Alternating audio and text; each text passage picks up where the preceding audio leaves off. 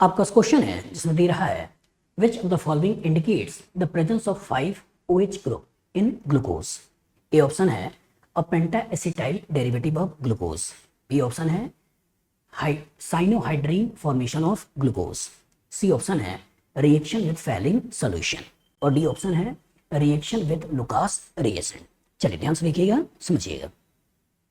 Which of the following indicates the presence of 5 OH group in the glucose.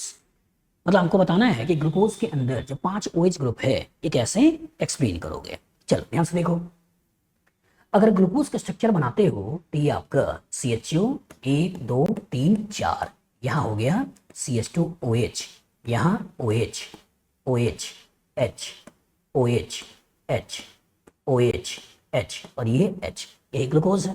ठीक है, इसी glucose के ऊपर कह रहा है कि पेंटा एसिटाइल डेरिवेटिव ऑफ ग्लूकोज। सोचिए ये क्या होगा, जब ग्लूकोज का रिएक्शन एसिटिक एनहाइड्राइड से कराया जाता है और इसका रिएक्शन एसिटिक एनहाइड्राइड से कराओगे तो ही अल्कोहल और एसिटिक एनहाइड्राइड रिएक्शन करके एस्टर बना लेते हैं। इसी पर्टिकुलर को हम लिख सकते हैं यहाँ पर AC2O।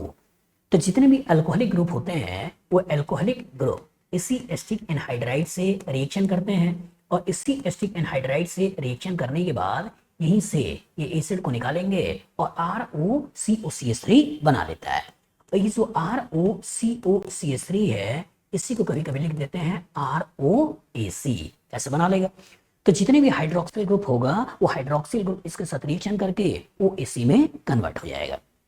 तो यहाँ 1 2 3 4 5 OH है, तो यही पांचों OH इसके साथ रिएक्शन करके 5 जगहों पर OAC बना लेगा। दैट मीन्स हमें जो प्रोडक्ट मिलेगा 1 2 3 4, यहाँ हो गया CH2, यहाँ OAC, यहाँ OAC, यहाँ OAC, यहाँ H, यहाँ OAC, यहाँ H, यहाँ OAC, ये H और ये H, ऐसा बन गया। तो चूंकि पांचों अल्कोहलिक ग्रुप ने इसके साथ रिएक्शन किया और इसी कॉरेस्पॉन्डिंग पेंटा एसिटाइल डेरिवेटिव बना है, इससे कंफर्म किया इस ग्लूकोज के अंदर 5 हाइड्रोक्सिल ग्रुप सही है जो हम सोच रहे हैं। तो दैट मींस आंसर कौन सा है, ए। दूसरा कह रहा है कि साइनोहाइड्रीन फॉर्मेशन। तो साइनोहाइड्रीन फॉर्मेशन क्या होता है कि साइनोहाइड्रीन फॉर्मेशन आपने पढ़ा है कि एल्डिहाइड के ऊपर जब HCN का रिएक्शन कराते हैं तो ये HCN इस एल्डिहाइड पर रिएक्शन करके यहाँ के कोरेस्पॉन्डिंग OH, यहाँ CN और ये H, ऐसे साइनोहाइड्रीन बना लेता है। तो साइनोहाइड्रीन इस बात का इंडिकेशन है कि ग्लूकोज के अंदर एल्डिहाइड ग्रुप मौजूद है, ना कि इंडिकेशन है कि 5 OH ग्रुप मौजूद है। तीसरा रिएक्शन विद फैलिंग सोल्यूशन। तो रिएक्शन विद फैलिंग सोल्यूशन भी इंडिकेशन है कि सिस्टम के अंदर एल्डिहाइड ग्रुप मौजूद है। कि अगर एल्डिहाइड ग्रुप मौजूद होगा और इस पे अगर हम फैलिंग सोल्यूशन डालेंगे तब ये इसको कार्बोक्सिलिक एसिड में कन्वर्ट कर देगा, इसका ऑक्सीडेशन कर देगा। दैट मींस ये इंडिकेशन है एल्डिहाइड ग्रुप का। चौथा बोल रहा है रिएक्शन विद लुकास रिएजेंट। तो लुकास रिएजेंट इंडिकेशन होता है अल्कोहलिक ग्रुप का, इसने केवल बताएगा अल्कोहलिक ग्रुप है, कितने अल्कोहलिक ग्रुप है ये नहीं बताएगा। लेकिन कितने अल्कोहलिक ग्रुप है किसी स्पेसिस में पता करना होता है तो उसके लिए करना क्या है, एसिटिक एनहाइड्राइड डालते हैं और इस अल्कोहल को वो आपका OAC में कन्वर्ट कर देता है। बस में आगे। तो शुरू में केमिस्ट के लिए बहुत बड़ा सरदर्द था कि ग्लूकोज जिसका फॉर्मूला है C6H12O6, इसके अंदर 6 कार्बन है, 12 हाइड्रोजन है, 6 ऑक्सीजन है, तो आखिर ग्लूकोज है कैसा। तो है कैसा था, अलग अलग रिएक्शन कराया जो अलग अलग ऑब्जर्वेशन के बेसिस पे इंडिकेशन दिया कि ये चीजें हो सकती हैं। जैसे इसके ऊपर HI रेड फास्फोरस का रिएक्शन कराया तो N हेक्सेन बना, इसने इंडिकेट किया कि 6 कार्बन लंबी चेन में है, कहीं कोई ब्रांचिंग नहीं है। इसके ऊपर HCN का रिएक्शन कराया तो कोरेस्पॉन्डिंग साइनोहाइड्रीन बना, इंडिकेशन है कि ये इसके अंदर एल्डिहाइड ग्रुप मौजूद है। इसके ऊपर जब हमने एसिटिक एनहाइड्राइड का रिएक्शन कराया तो 5 जगहों पर OAC आया, इनडायरेक्टली 5 एसिटिक एनहाइड्राइड का कंजम्पशन हुआ, जिसने इंडिकेट किया कि इसके अंदर 6 ऑक्सीजन है, इससे 5 ऑक्सीजन अल्कोहलिक ग्रुप के रूप में मौजूद हैं, एक एल्डिहाइड के रूप में मौजूद है, कार्बन की लंबी चेन है, तब जाके धीरे धीरे हम यहाँ तक हम पहुंचे हैं। तो ये कुछ लैब टेस्ट होते हैं बेटा जो आपको प्रॉपर तरीके से आना चाहिए। तो बताओ फ्यूचर इस तरह का क्वेश्चन आएगा, लगा लोगे? गुड। आपका क्वेश्चन है जिसमें दे रहा है which of the following will form same product that is osazone on reaction with phenylhydrazine, अगर ये एक्सेस में और आपके पास X Y Z और W ये कुछ कंपाउंड दिए हैं। चलिए समझिएगा, फिनाइलहाइड्राजीन का रिएक्शन इनडायरेक्टली एल्डिहाइड कीटोन का रिएक्शन। तो एल्डिहाइड कीटोन के ऊपर जब हम फिनाइलहाइड्राजीन का रिएक्शन कराते हैं तो फिनिल हाइड्रोजन के रिएक्शन के कोरस्पॉन्डिंग यहीं से वाटर मॉलिक्यूल को निकाल देंगे और वाटर मॉलिक्यूल को निकालकर ऐसे कार्बन डबल बॉन्ड नाइट्रोजन इस तरह के स्पीशीज बना देते हैं। लेकिन कहानी का ट्विस्ट ये है कि अगर इस कार्बोनिल की अल्फा पोजीशन पे अगर कभी OH लगा होता है तो पहले ये हाइड्राजीन एक अमोनिया एक एनिलीन के रूप में निकल जाता है, इनडायरेक्टली इस हाइड्रोजन को खींच लेता है और इसका भी ऑक्सीडेशन होकर उसको एल्डिहाइड कीटोन में कन्वर्ट कर देते हैं। और जब एल्डिहाइड कीटोन में कन्वर्ट कर देते हैं तो उसके ऊपर भी ऑक्सीडेशन होगा और ऑक्सीडेशन करके एल्डिहाइड कीटोन बना और उसका भी रिएक्शन करते हुए इस तरह की स्पीशीज बनाना है। तो दैट मीन्स अगर इसका रिएक्शन कराओगे तो यहाँ भी रिएक्शन होगा और ये हाइड्रोजन निकल कर यहाँ डबल बॉन्ड बनेगा और यहाँ भी रिएक्शन होगा। इसी तरह से यहाँ भी रिएक्शन होगा और यहाँ पे डबल बॉन्ड बनेगा और यहाँ भी रिएक्शन सोचना है। इस पर सोचें तो यहाँ भी रिएक्शन होगा और इसके कॉरस्पॉन्डिंग डबल बॉन्ड यहाँ भी रिएक्शन सोचना है। इसके कॉरस्पॉन्डिंग यहाँ भी डबल बॉन्ड यहाँ भी सोचना है और यहाँ भी सोचना है। मतलब अब नीचे वाले स्केलेटन को सेम रखना है और जो नीचे वाले स्केलेटन को सेम रखना है तो यही देखना है कि कहाँ कहाँ वो सेम है। सोचिए यहाँ पर कहानी में HHOH यहाँ पे देखो, यहाँ पे HHOH यहाँ पे देखो अलग है और यहाँ पर आप देखो तो HHOH ये कहानी सेम है। मतलब कि अगर मैं X को लेता हूं, अगर मैं Z को लेता हूं, अगर मैं W को लेता हूं और इससे अगर मैं फिनिल हाइड्रोजन का रिएक्शन कराता हूं, इसके ऊपर अगर फिनिल हाइड्रोजन का रिएक्शन कराऊं तो यहाँ पे C डबल बॉन्ड N तो बनेगा ही बनेगा। यहाँ पर C डबल बॉन्ड N, यहाँ हो गया आपका NH, ये हो गया PH। अब यहाँ भी कार्बन डबल बॉन्ड ऑक्सीजन बनेगा और वो भी रिएक्शन करते हुए यहाँ कार्बन डबल बॉन्ड नाइट्रोजन, यहाँ आपका NH और ये PH ऐसे बना लेगा। और नीचे वाले स्केलेटन को हमको सेम रखना है, 1 2, यहाँ हो गया आपका CH2OH, यहाँ हो गया आपका OH, यहाँ हो गया आपका OH, यहाँ हो गया H, यहाँ हो गया H। तो ये ओसाजोन हमको X से भी मिलने वाला है, ये हमको Z से भी मिलने वाला है, हमको W से भी मिलने वाला है, यही देखना है। XZW यही हमारा आंसर है। तो इस कहानी का कॉन्सेप्ट ये है बेटा कि हमें जब एल्डिहाइड या कीटोन का रिएक्शन फिनिल हाइड्रोजन से करना है तो कार्बन डबल बॉन्ड नाइट्रोजन तो बनाना है। लेकिन अगर कभी एल्डिहाइड के अल्फा पे या कीटोन के अल्फा पे अगर हाइड्रोक्सिल ग्रुप है तो यहाँ से पहले हमको हाइड्रोजन मॉलिक्यूल निकाल देना है और निकालने के बाद इसको भी कार्बन डबल ऑक्सीजन में कन्वर्ट कर देना है और यहाँ भी रिएक्शन करना है। तो सेकंड पोजीशन की स्टीरियोकेमिस्ट्री गायब हो जाती है, और सेकंड पोजीशन की स्टीरियोकेमिस्ट्री गायब हो जाती है और नीचे वाली स्टीरियोकेमिस्ट्री सेम रहती है। बस में आगे तो फ्यूचर में इस तरह का क्वेश्चन आएगा, बना लोगे? गुड। आपका क्वेश्चन है, इसमें दे रहा है D mannose differ from D glucose in its stereochemistry at C2 carbon. The pyranose form of beta D mannose is. सोचिएगा, इसमें 2-3 टर्म्स यूज कर रहा है। D mannose differ from D glucose. तो पहले डी मैनोज और डी ग्लूकोज के बारे में सोचा जाए तो डी ग्लूकोज क्या होता है, ये आपका CHO 1 2 3 4, यहाँ हो गया CH2OH, यहाँ हो गया OH, यहाँ हो गया OH, H, यहाँ हो गया OH, H, यहाँ OH, H और ये H। इस मॉलिक्यूल को क्या बोलते हैं, डी ग्लूकोज, डी ग्लूकोज। और जो डी मैनोज की बात कर रहा है तो इसी सेकंड पोर्शन को OH को इधर करना है, इसको इधर करना है और इसके कोरस्पॉन्डिंग CHO 1 2 3 4, यहाँ CH2OH, यहाँ OH, यहाँ OH, यहाँ H, इसमें कोई दिक्कत नहीं है। इसी OH को इधर कर दो, यहाँ हो गया आपका ऐसा और बाकी सब कुछ सेम कर दो। और बाकी सब कुछ सेम कर दिया कि जो स्ट्रक्चर बना ये कौन सा है, डी मैनोज, डी मैनोज। तो अब कह रहा है कि D mannose and D glucose in its stereochemistry at C2 carbon. C2 carbon के स्टीरियोकेमिस्ट्री में ये नंबर 1, ये नंबर 2, ये नंबर 1, ये number 2 differ eight C2 carbon, ठीक है। लेकिन अब कह रहा है कि pyranose form of beta D mannose. Pyranose form क्या होता है कि 6 नंबर साइक्लिक रिंग। अब होगा क्या, यही वाला OH इसके ऊपर अटैक करेगा और 6 मेंबर रिंग बनाएगा, यही वाला OH इसके ऊपर अटैक करेगा और 6 मेंबर रिंग बनाएगा। बस में आगे। अब कहानी में ट्विस्ट क्या है कि बीटा डी मैनोज के बारे में सोचना है, और जब बीटा डी मैनोज के बारे में सोचना है तो एनोमरिक कार्बन में OH को कहाँ रखना है, ऊपर रखना है। अगर एनोमरिक कार्बन OH ऊपर होगा तो बीटा डी ग्लूकोज होगा या बीटा डी मैनोज होगा, और एनोमरिक कार्बन OH नीचे होगा तो अल्फा डी ग्लूकोज या अल्फा डी मैनोज होगा। तो अगर हमको मैनोज ही चाहिए तो इसी को लेकर आगे बढ़ते हैं, इसको छोड़ देते हैं। सोचिएगा, इसी को इसके ऊपर अटैक करना है और 6 मेंबर रिंग बनाना है। तो यही हमने 6 नंबर रिंग बना दी है। यहाँ पे हमने कार्बन को या बॉन्ड ऐसे दिखा दिया। इसको बोलते हैं नंबर 1 कार्बन, ये नंबर 2 कार्बन है, number 3 carbon, number 4 carbon, number 5 carbon और ये CH2OH, ये हो गया नंबर 6 कार्बन। सोचिएगा, जबकि बीटा बनाना है तो बीटा बनाना है तो यहाँ से अटैक होगा तो इसी OH को करना है ऊपर और ये हो जाएगा H नीचे।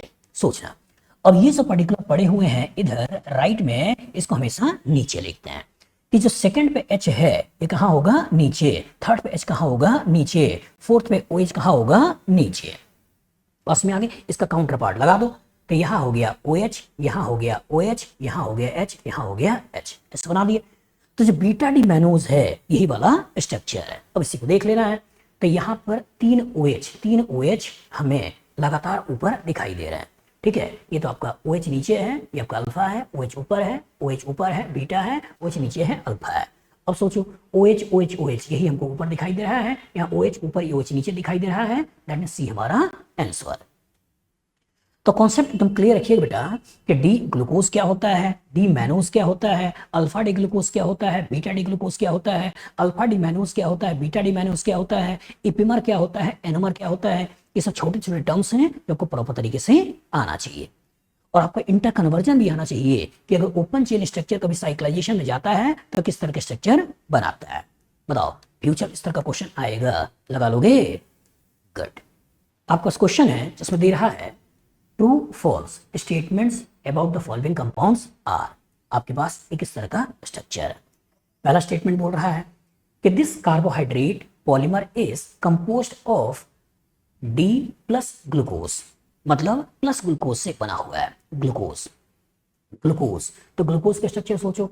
अगर ग्लूकोज का स्ट्रक्चर सोचोगे तो कहानी में कुछ इस तरह का किरदार दिखेगा। ये आपका OH, यहाँ भी OH, ये H, यहाँ OH, ये H, यहाँ OH, ये H और ये H, ऐसा बना।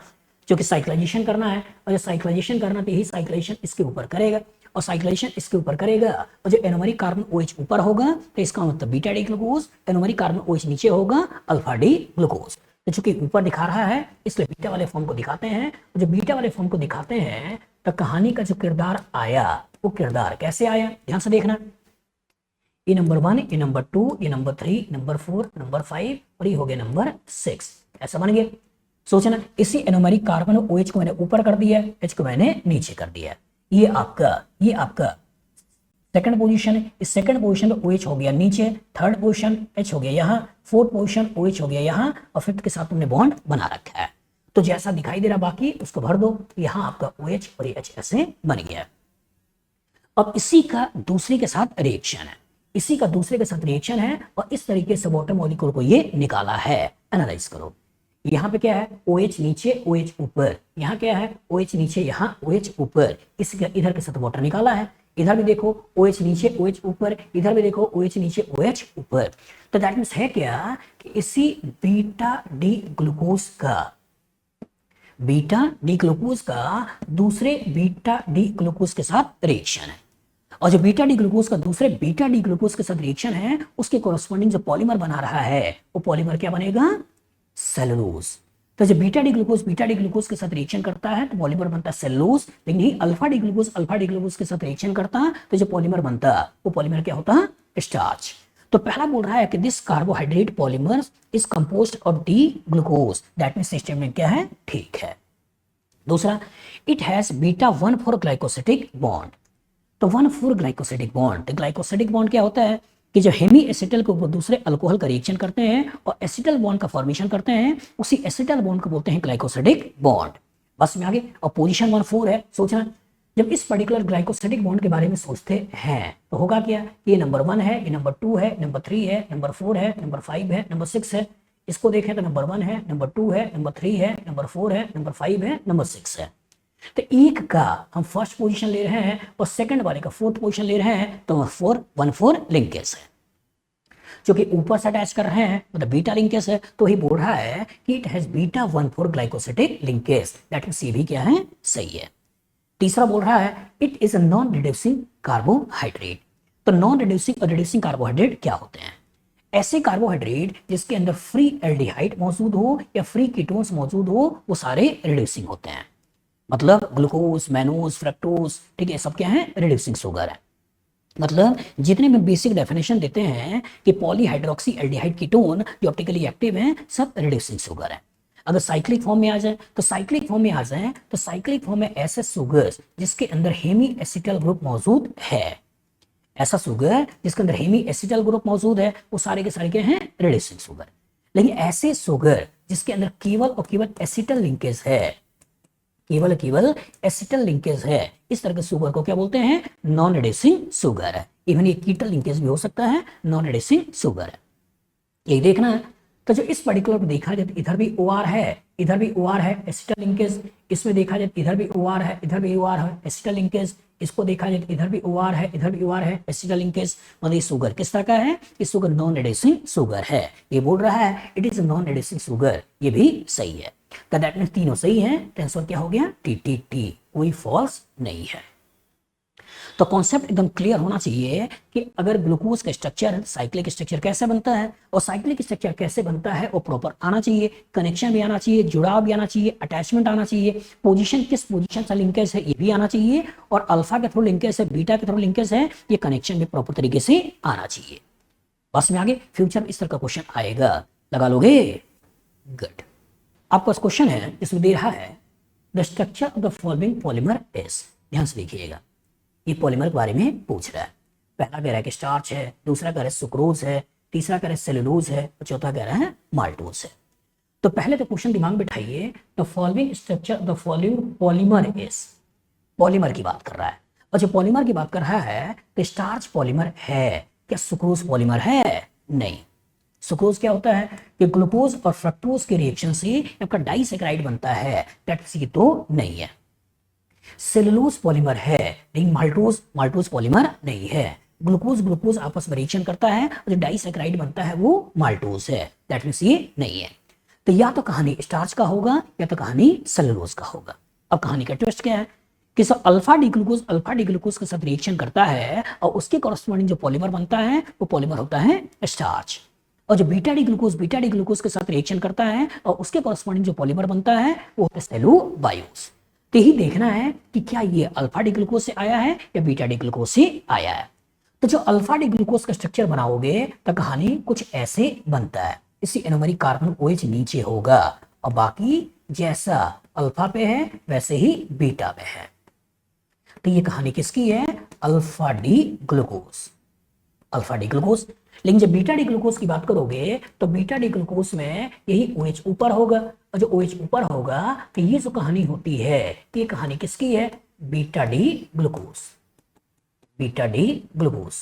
अब सोचो जो अल्फा डी ग्लूकोज दूसरे अल्फा डी ग्लूकोज के साथ रिएक्शन किया, दूसरे अल्फा डी ग्लूकोज के साथ रिएक्शन किया, तो जो रिएक्शन करेगा वो रिएक्शन कैसे करेगा, वो रिएक्शन ऐसे करेगा, ऐसे करेगा। यही आपका नंबर 1 है, ये 2 है, ये 3 है, ये 4 है, 5 है, 6 है, यही इसके ऊपर अटैक करेगा और वाटर के रूप में निकाल देगा। तो जो कनेक्शन बन रहा है वो कनेक्शन ऐसे बन रहा है, वो कनेक्शन ऐसे बन रहा है। लेकिन जब बीटा डी ग्लूकोज दूसरे बीटा डी ग्लूकोज के साथ रिएक्शन करेगा तो वो कनेक्शन कैसे बनेगा, उसको ध्यान से देखो। तो वो जो कनेक्शन बनेगा वो कनेक्शन कुछ ऐसे बनेगा, ये नंबर 1 2 3 4 5 6, ये नंबर 1 2 3 4 5 6। अब यही इसके ऊपर अटैक करेगा और अटैक करके ऐसे वाटर निकालेगा।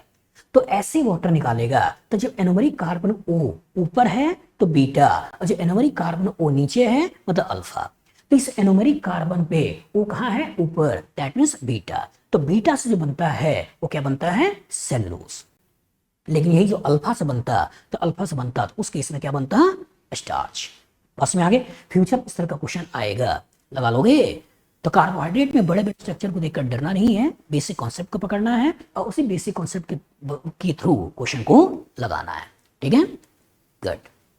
आपका क्वेश्चन है जिसमें दे रहा है which of the following can be used for the detection of traces of iodine, A glucose in aqueous solution, दूसरा स्टार्च इन एक्वस सॉल्यूशन, तीसरा cellulose in aqueous alcoholic solution, और चौथा सेलुलोज इन एक्वस सॉल्यूशन।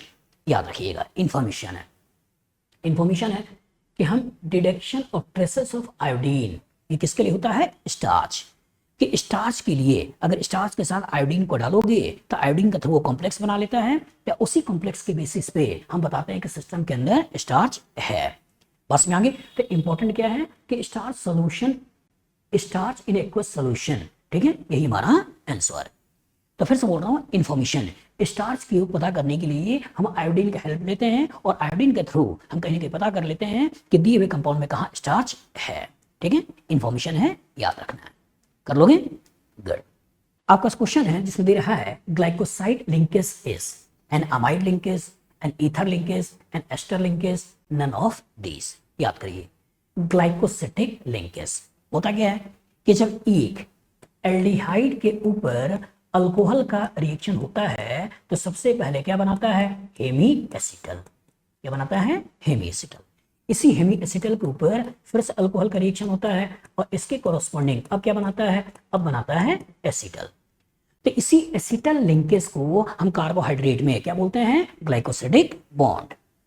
जैसे हमने किया क्या, हमने ऐसा मॉलिक्यूल ले लिया, ऐसा मॉलिक्यूल ले लिया OH ऊपर, तो ये जो पर्टिकुलर हम फॉर्म कर रहे हैं, ये फॉर्म कर रहे हैं बीटा डी ग्लूकोज। ये कौन सा है? Beta D glucose. अब सोचो, इसी बीटा डी ग्लूकोज का दूसरे बीटा डी ग्लूकोज का रिएक्शन करा रहे हैं और इसी ग्लूकोज का बीटा डी ग्लूकोज का दूसरे बीटा डी ग्लूकोज के साथ रिएक्शन कराओगे और रिएक्शन कराकर करेंगे क्या? इसी का अटैक कराएंगे और ऐसे वाटर निकाल देंगे और जो वाटर निकाल देंगे और इसके कोरोस्पोंडिंग अब जो डाइसैकेराइड बनाने वाले हैं, वो डाइसैकेराइड वो कहीं ना कहीं कुछ इस तरीके का बनने वाला है। तो ये जो डाइसैकेराइड हमने बनाया ये है कौन सा? सेलुलोबायोस, इसका एक नाम है। अब ध्यान से देखना, ये जो पर्टिकुलर आपका एसिटल लिंकेज है, इसी कार्बन इधर भी OR इधर भी OR, तो एसिटल लिंकेज जो आया, इसी एसिटल लिंकेज को नाम देते हैं, वो क्या देते हैं? Glycosidic bond. तो ये ऑप्शन बोल रहा है अमाइड गलत है, दूसरा ईथर सही है। ईथर COC बस में आगे, तो ईथर हमको सोचना है, एस्टर नहीं सोचना है, तो COOC होता है, नन तो सोचना ही नहीं है, और अमाइड होता है CON। कहानी कुछ इस तरह से आया। तो अमाइड लिंकेज किसमें आएगा? अमाइड लिंकेज आएगा आपका जब दो अमीनो एसिड आपस में रिएक्शन करेंगे और अमीनो एसिड आपस में रिएक्शन करके जो पेप्टाइड बॉन्ड बनाएंगे उस पेप्टाइड को बोलते हैं अमाइड बॉन्ड। लेकिन दो ग्लूकोज आपस में या दो शुगर आपस में रिएक्शन करके जो ईथर लिंकेज बनाते हैं, इस ईथर लिंकेज को बोलते हैं या एसिटल लिंकेज को बोलते हैं ग्लाइकोसिडिक बॉन्ड। तो बताओ, फ्यूचर इस तरह का क्वेश्चन आएगा, लगा लोगे? गुड। आपका क्वेश्चन है जिसमें दे रहा है A pyranose ring consists of skeleton of, A option है 5 carbon atom 1 oxygen atom, 6 carbon atom, 6 carbon atom and 1 oxygen atom, 4 carbon atom and 1 oxygen atom. सोचिए, pyranose ring consist of skeleton of, सोचो pyranose क्या होता है? 6 member आपका जो rings बनती हैं, ठीक है, सुगर्स वगैरह में, उसको पायरानोस फॉर्म बोलते हैं, और 5 मेंबर रिंग जो बनती है उसको फ्यूरेनोस फॉर्म बोलते हैं। सोचना, अगर हमने ग्लूकोज ले लिया, इसी ग्लूकोज का मैं पैरानोस फॉर्म बनाने वाला हूं, ध्यान से देखना और समझने की कोशिश करना, एनालाइज करो। यही वाला OH यहां पे अटैक करेगा और ये 1, ये 2, ये 3, ये 4, ये 5 और ये ऑक्सीजन 6 मेंबर रिंग बना देगा। और जब 6 मेंबर रिंग बना देगा तो स्केलेटन कैसे बनेगा? ध्यान से देखना, स्केलेटन कुछ ऐसा बनेगा। ये नंबर हो गया 1, ये 2, ये 3, ये 4, ये 5 और ये CH2OH, ये हो गया आपका 6। इसी पर्टिकुलर सेकंड पर, ठीक है, इसमें 1 पर अगर मैं एनोमरी कार्बन पर OH को ऊपर कर दूं तो हो जाता है बीटा डी ग्लूकोज। सोचना कि सेकंड पे OH इधर है तो हमने इधर कर दिया, थर्ड पे H है इधर कर दिया, फोर्थ पे इधर हमने कर दिया, कोरोस्पॉन्डिंग यहां लगा दिया H, यहां लगा दिया OH, यहां लगा दिया H और ये हो गया H। तो ये जो फॉर्म बना है बेटा, ये फॉर्म कौन सा है? Beta D glucose. और यही 6 मेंबर आपका ईथर बना या पैरानोस फॉर्म बना। देखना ध्यान से, इसमें कार्बन कितने हैं? 1, 2, 3, 4 और ये 5। तो सिस्टम के अंदर 5 कार्बन है और 1 ऑक्सीजन है, तो 5 कार्बन 1 ऑक्सीजन, इसी को पकड़ लेना है। तो 5 कार्बन एटम 1 ऑक्सीजन एटम, इसी को आपको पकड़ लेना है। तो याद रखना है, जब पैरानोस फॉर्म की बात करें तो 5 कार्बन 1 ऑक्सीजन, लेकिन जब फ्यूरेनोस फॉर्म की बात करें तो कहानी के अंदर किरदार कुछ ऐसा आता है। और जब किरदार कुछ ऐसा आता है तो 1, 2, 3, 4, तो यहां क्या होगा? 4 कार्बन और 1 ऑक्सीजन। तो फ्यूरेनोस फॉर्म में 4 कार्बन 1 ऑक्सीजन और पैरानोस फॉर्म में 5 कार्बन 1 ऑक्सीजन। बताओ फ्यूचर इस तरह का क्वेश्चन आएगा, लगा लोगे? गुड। आपका क्वेश्चन है, इसमें दे रहा है sucrose on hydrolysis yields a mixture of which is optically inactive, dextrorotatory, laevorotatory या रेसमिक मिक्सचर। सोचिए, एनालाइज करिए। सबसे पहले सुक्रोज की बात करते हैं। तो सुक्रोज की बात करते हो तो सुक्रोज होगा कैसे? ध्यान से देखना, समझना। सुक्रोज का अगर मैं स्ट्रक्चर बनाता हूं तो सुक्रोज हमें कुछ ऐसे दिखाई देता है, ऐसे दिखाई देता है। यही हमारा सुक्रोज का स्ट्रक्चर है, ये सुक्रोज का स्ट्रक्चर है। और बोल रहा है सुक्रोज ऑन हाइड्रोलिसिस यील्ड, तो sucrose on hydrolysis yield, hydrolysis yield, तो इसी के हाइड्रोलिसिस कराओगे तो होगा क्या? यहाँ OH यहाँ H ऐसा बना दे। और जब यहाँ OH और यहाँ H आया तो इसकी कोरस्पॉन्डिंग हमें एक इस तरह का स्ट्रेटन मिला। OH, ये OH, यहाँ OH, ये आपका OH और ये CH2OH। मतलब क्या मिला? हमें मिला अल्फा डी ग्लूकोज। हमें क्या मिला? Alpha D glucose. और दूसरा इधर से क्या मिला? इधर से हमें जो चीजें दिखाई दे रही हैं वो क्या दिखाई दे रही हैं? यहाँ हो गया OH, यहाँ हो गया CH2OH, यहाँ हो गया OH, यहाँ H, यहाँ हो गया OH, यहाँ H, यहाँ H और यहाँ आपका CH2OH। ऐसा बन गया। और जब ऐसा बन गया तो ये है क्या? ये आपका beta D fructose, beta D fructose. तो जब ऑप्टिकली एक्टिव डी ग्लूकोज को, जो कि आपका डेक्स्ट्रोरोटेटरी है और जो पानी के अंदर डालते हैं तो ये बनाता है डी ग्लूकोज और डी फ्रक्टोज। लेकिन अच्छी बुरी बात यह है कि डी फ्रक्टोज का लीवोरोटेटरी नेचर है और डी ग्लूकोज का डेक्स्ट्रोरोटेटरी नेचर है। और लीवोरोटेटरी नेचर का अमाउंट ज्यादा है, ठीक है आपका, और डेक्स्ट्रो का अमाउंट कम है। अमाउंट मतलब आपका ऑप्टिकल एक्टिविटी, और जो ऑप्टिकल एक्टिविटी इसकी ज्यादा है, इसकी ऑप्टिकल एक्टिविटी कम है, तो ओवरऑल जो सॉल्यूशन हो जाता है वो सॉल्यूशन कैसे हो जाता है? लीवोरोटेटरी। तो ये इंफॉर्मेशन याद रखना है कि जो equimolar mixture of glucose and fructose obtained from sucrose, equimolar mixture of glucose and fructose obtained from sucrose is called as invert sugar। तो इन्वर्ट शुगर क्यों बोला है? कि पहले ऑप्टिकली एक्टिव डी में था, लेकिन जब पानी में डाला कि ऑप्टिकली इनएक्टिव एल में हो गया, तो इसी को ओवरऑल एक नाम भी दे देते हैं, वो नाम हो जाता है इन्वर्ट शुगर। तो इन्फॉर्मेशन ग्रुप में याद रखना है कि डेक्स्ट्रो जो है आपको ओवरऑल लीवो में कन्वर्ट हो गया, इस लीवोरोटेटरी बोलती है। बताओ फ्यूचर इस तरह का क्वेश्चन आएगा, लगा लोगे? गुड। आपका क्वेश्चन है जिसमें दे रहा है which of the following is a non reducing sugar. A option है ग्लिसरॉल्डिहाइड, बी ऑप्शन है ग्लूकोज, सी ऑप्शन फ्रक्टोज और डी ऑप्शन है सुक्रोज। चलिए ध्यान से देखिएगा। विच of the following is non reducing sugar. तो कुछ शुगर ऐसे होते हैं जो रिड्यूसिंग होते हैं, कुछ शुगर ऐसे होते हैं जो नॉन रिड्यूसिंग होते हैं। तो कैसे पहचानोगे? तो जितने भी आपके optically active polyhydroxy aldehyde ketones हैं, जिसके अंदर एल्डिहाइड या कीटोन्स हैं, वो सारे के सारे रिड्यूसिंग होते हैं। ऐसे शुगर्स जिसके अंदर हेमी एसिटल लिंकेज मौजूद है, वो सारे के सारे क्या होते हैं? रिड्यूसिंग होते हैं। लेकिन जिस शुगर के अंदर केवल और केवल एसिटल लिंकेज मौजूद है या कीटल लिंकेज मौजूद है, इस तरह के शुगर को क्या बोलते हैं? नॉन रिड्यूसिंग शुगर है। तो हमें यही देखना है कि कहां पर इस तरह के स्केलेटन है, यही नॉन रिड्यूसिंग शुगर है। जब हम ग्लिसरॉल्डिहाइड की बात करते हैं तो ग्लिसरॉल्डिहाइड CHO, यहाँ OH, यहाँ H और यहाँ CH2OH, मतलब ऑप्टिकली एक्टिव पॉलीहाइड्रोक्सी एल्डिहाइड है। और जो एल्डिहाइड है ये आपका रिड्यूसिंग शुगर है। तो जो ग्लूकोज के स्ट्रक्चर बनाओगे तो यहाँ क्या होगा? यहाँ पर आपका CHO 1 2 3 4, यहाँ हो गया CH2OH, यहाँ OH, यहाँ OH, यहाँ H, यहाँ OH, यहाँ H, यहाँ OH, यहाँ H और ये H। इसके अंदर पॉलीहाइड्रोक्सी एल्डिहाइड है, दैट मींस ये भी क्या है? रिड्यूसिंग शुगर है। अगर मैं फ्रक्टोज की बात करूं तो फ्रक्टोज में होगा क्या? CH2OH, यहाँ होगा C डबल बॉन्ड O और यहाँ 1 2 3, यहाँ हो गया CH2OH, यहाँ OH, यहाँ OH, यहाँ H, यहाँ OH, ये H और ये H। जो कि पॉलीहाइड्रोक्सी एल्डिहाइड कीटोन है, ये भी आपका रिड्यूसिंग शुगर है। लेकिन जब सुक्रोज की बात करोगे तो सुक्रोज क्या होता है? सुक्रोज अल्फा डी ग्लूकोज और बीटा डी फ्रक्टोज का रिएक्शन से बनता है। तो इसका मतलब इसके जो स्ट्रक्चर को बनाओगे तो ये स्ट्रक्चर कुछ ऐसे दिखाई देगा। और जब ऐसे दिखाई देगा तो इसके अंदर अगर आप अटैचमेंट को देखो और देखकर समझने की कोशिश करो, एनालाइज करो, ध्यान से देखना। इस कार्बन पे इधर OR, इधर भी OR, मतलब क्या है, एसिटल लिंकेज। इस पे अगर आप ध्यान से देखो तो OR, इधर भी OR, ये भी क्या है, एसिटल लिंकेज।